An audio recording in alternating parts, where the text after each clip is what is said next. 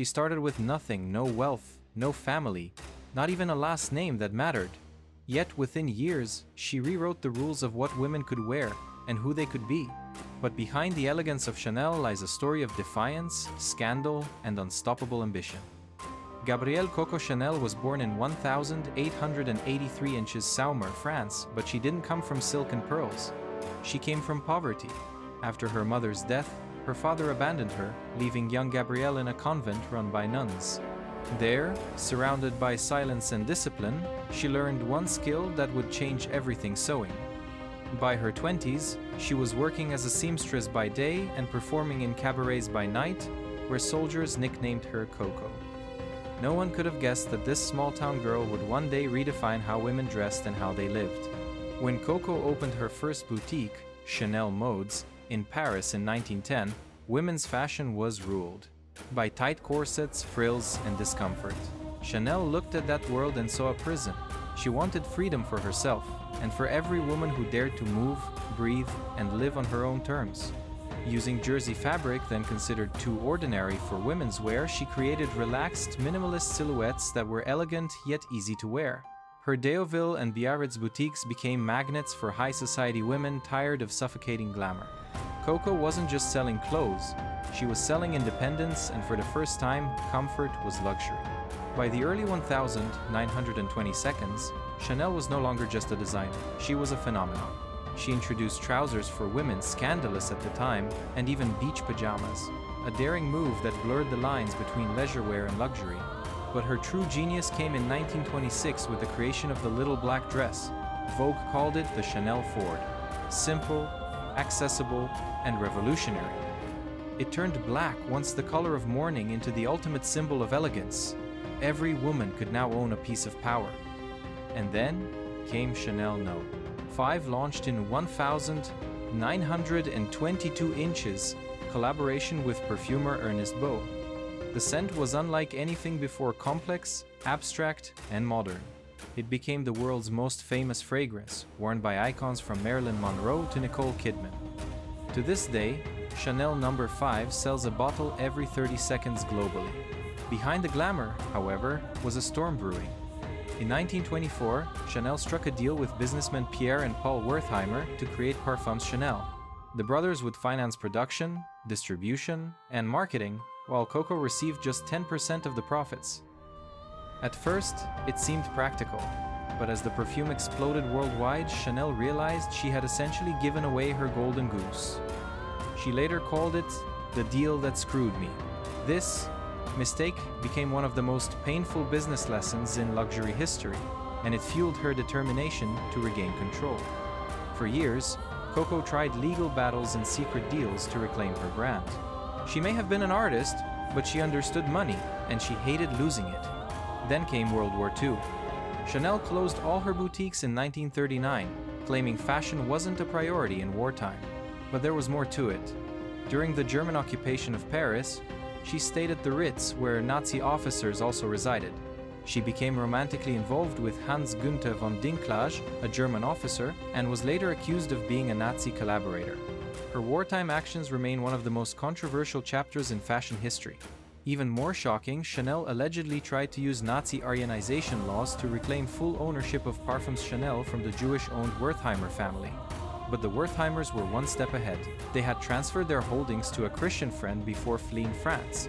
After the war, she was briefly arrested but never charged. Some say Winston Churchill personally intervened. Still, the scandal forced her into exile in Switzerland for nearly a decade. Most would have disappeared. But Coco Chanel wasn't most.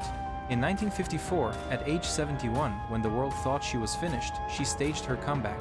Financed quietly by the Wertheimer family she once fought against, she reopened her fashion house in Paris. Her relaunch collection brought back everything the new generation had forgotten: clean lines, tweed suits, pearl necklaces, and effortless chic. Critics mocked her at first, calling her style outdated. But soon, American buyers and celebrities fell in love all over again. The Chanel 2.55 handbag launched in 1955, inspired by military bags, featuring a shoulder strap that freed women's hands, another act of rebellion disguised as design. By 1957, her two-tone slingback shoes became a must-have symbol of quiet luxury. Coco had not only reclaimed her name, she had rewritten the rules of elegance once again. When Coco Chanel passed away in 1971, the world lost more than a designer, it lost a revolution. But her empire didn't stop. The Wertheimer family, now the full owners of Chanel, tried to keep her legacy alive. Unfortunately, the 1970 seconds fashion scene had moved on. Without Coco's vision, Chanel lost its soul. The collections lacked direction, sales slumped. By the late 70 seconds, the brand that once defined elegance was quietly fading. It was still respected, yes, but no longer desired. In business terms, Chanel had become what luxury fears most, relevant only to the past. Then came 1983, and with it, a man who would change everything again.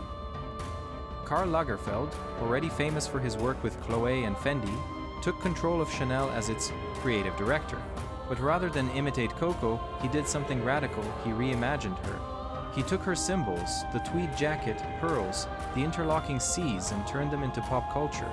He made Chanel loud, modern, and unapologetically glamorous. The business transformation was staggering.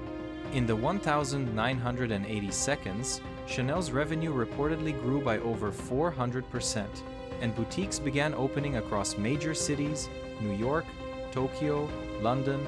Celebrities like Claudia Schiffer, Naomi Campbell, and Kate Moss became his muses, giving Chanel a new, global face.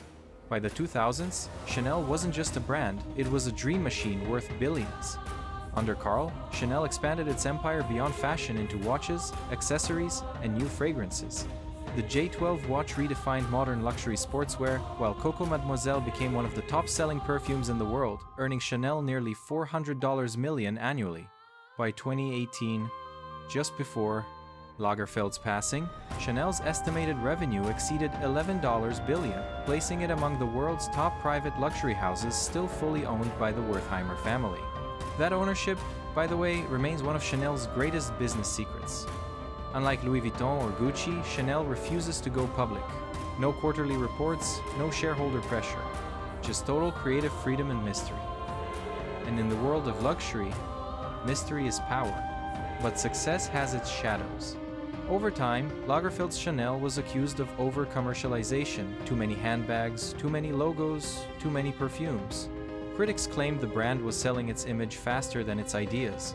Still, financially, the strategy worked. Between 2014 and 2022, the price of a classic flap bag doubled from $4,400 to nearly $8,800. And demand never slowed.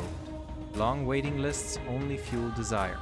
Chanel had mastered one of luxury's golden rules. The higher the price, the stronger the price.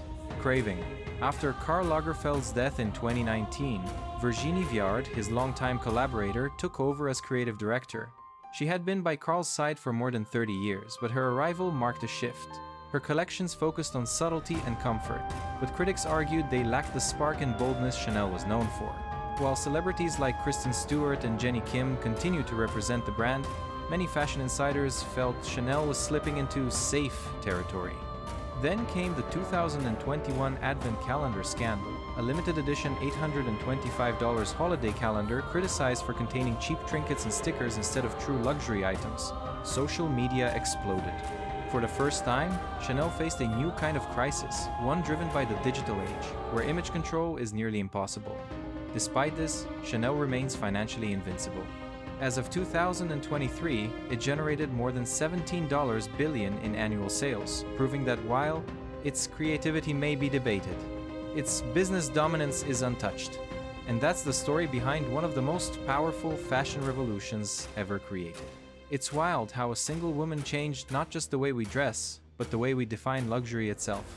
If you enjoyed this deep dive into the world of Chanel, make sure to hit like, share it with someone who loves fashion stories, and subscribe for more untold tales from the world of luxury. Trust me, the next one might surprise you even more.